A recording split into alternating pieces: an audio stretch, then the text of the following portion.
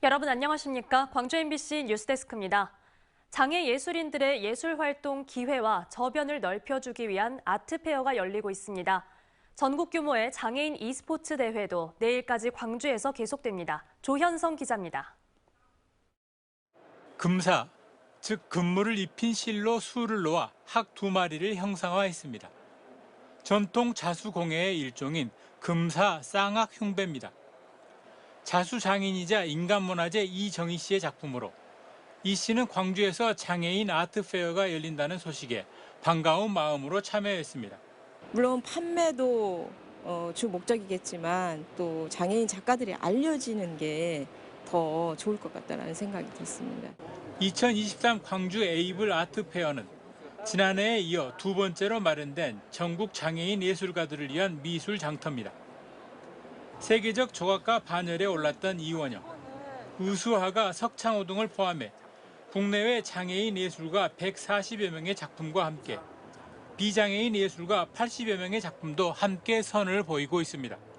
혼신의 정열이라는 것도 있는 것이고 이런 것들을 많이 좀 이렇게 발표하고 싶은데 이런 자리를 빌어서 장애 비장애 함께 한다는 온라인상의 맞상대와 치열한 승부를 겨루는 e스포츠.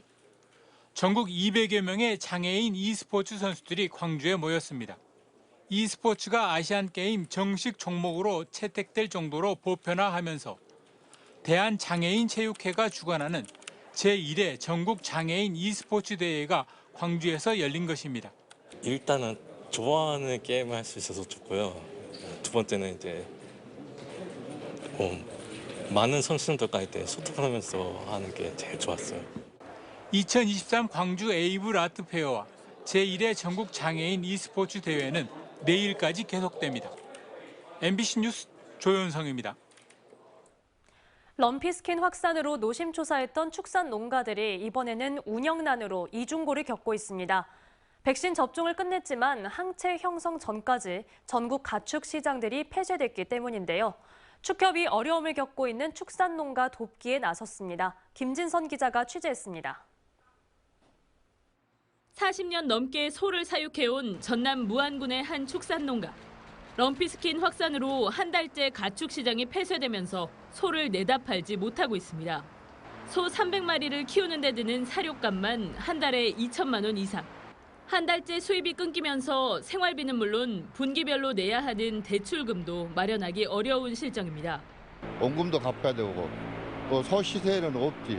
지금 축산 농가들이 사료값이 비싸니까 제일 어려움이 많습니다. 축협이 어려움을 겪고 있는 축산 농가에 출하 선급금을 지급하기로 했습니다. 가축 시장이 재개되면 출하할 소에 대해 미리 한 마리당 최대 450만 원을 지원해 농가들의 어려움을 덜어주겠다는 겁니다.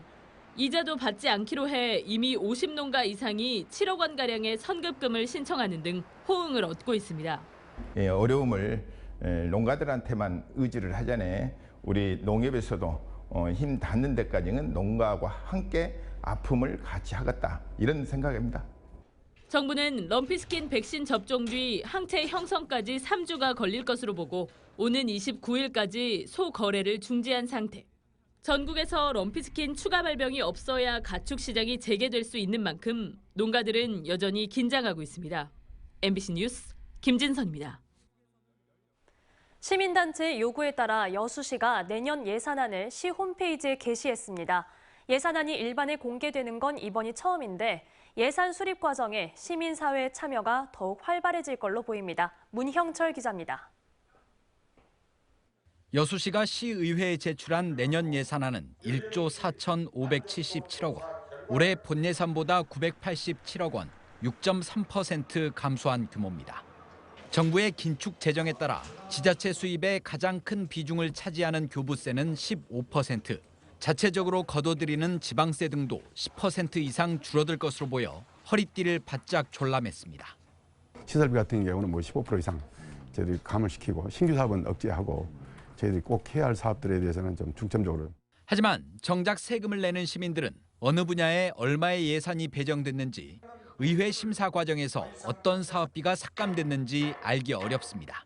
한 해 살림살이를 미리 확인해 볼 수 있는 예산안을 시의회에만 제출하기 때문인데 여수시가 올해 처음으로 시 홈페이지를 통해 예산안을 공개하면서 시민들이 예산 수립 과정에 참여할 수 있는 길이 더욱 넓어졌습니다. 예산안 공개를 요청했던 시민단체들은 환영의 뜻을 밝히며 예산안 세부 내용을 검토해 시의회에 의견서를 제출하기로 했습니다. 또 SNS와 이메일 등을 통해 내년 예산안에 대한 일반 시민들의 의견도 접수할 계획입니다. 분야별로 사업별로 전액 유지라든가 전액 삭감, 부분 삭감, 철저 심의 이런 식으로 의견을 최종 정리해서 내년 여수시 예산은 다음 달 5일부터 상임위원회와 예산결산 특별위원회 심의를 거쳐 18일 본회의에서 최종 확정됩니다. MBC 뉴스 문형철입니다. 1인 창무극의 명인 공옥진의 삶과 예술 활동을 다시 들춰 살펴보는 세미나가 열렸습니다. 이윤선 문화재청 문화재전문위원은 몸으로 비틀어 새긴 남도의 역사라는 주제의 연구 결과물을 통해 곱사춤과 동물춤으로 잘 알려진 공옥진 선생의 예술 세계가 재평가받아야 한다고 주장했습니다. 세미나 참석자들은 서민들의 애환을 달래줬던 독창적인 예술이 정작 전통무용이 아니라는 이유와 사회적 편견으로 인해 제대로 평가받지 못하고 있다며 공옥진 선생의 예술 활동의 가치가 재평가돼 사람들에게 널리 알려져야 한다고 입을 모았습니다. 오늘 새벽 6시 10분쯤 광주 대구 고속도로 광주 방향 20km 지점에서 20톤 화물 차량이 연석을 들이받고 옆으로 넘어졌습니다.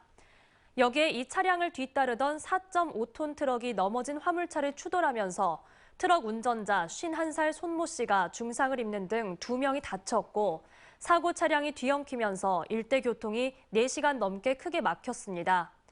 경찰은 구분길에서 20톤 화물차가 무게를 이기지 못해 넘어진 걸로 보고 정확한 경위를 조사하고 있습니다. 전남지방경찰청은 뇌물을 상납하고 승진한 의혹을 받는 소속 경찰관 5명을 직위 해제했다고 밝혔습니다. 전남경찰은 사건 브로커 62살 성모 씨를 구속 기소한 광주지검 반부패 강력수사부로부터 최근 압수수색을 당한 경정 2명과 경감 3명 등 현직 간부 5명이 검찰의 피의자로 입건됨에 따라 이같이 조치했습니다.